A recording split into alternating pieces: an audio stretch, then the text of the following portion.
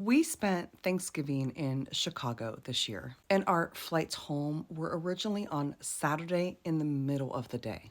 As the week went on, the weather kept looking worse and worse. I didn't panic, but I also didn't ignore the weather that they were projecting. On Thursday night, yes, Thanksgiving, I started checking options to see what else was out there. There were flights on different airlines. Changing airports just didn't make sense. There were flights on American, and they would have been out of ORD, and we had flown into and we were flying out of Midway, and we also had our rental car out of Midway. It just seemed like more steps than were needed. Changing Southwest was the easiest option, but I really felt that they were going to charge us a change fee, and I didn't want that. I figured they would charge us a change fee because obviously I'm calling the night before to change our flight, and of course, Friday night was definitely more expensive than we originally booked way back in the summer.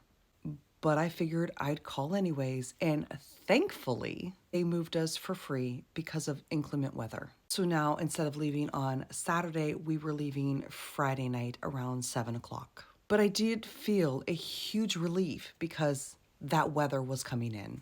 By Saturday, more than 1,400 flights were canceled out of Chicago, both ORD and MDW. Another family member pushed their flight to earlier on Saturday, but they still couldn't leave and they were stuck until Sunday.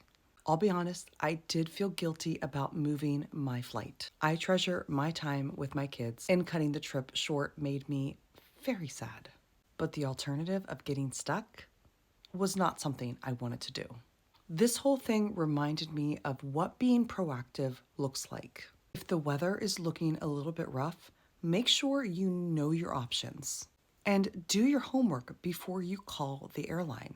I knew exactly what the flight number was and what the time was of the flight that I wanted to take instead of my Saturday flight. And I also had an alternative backup just in case. Don't be afraid to pivot if you need to.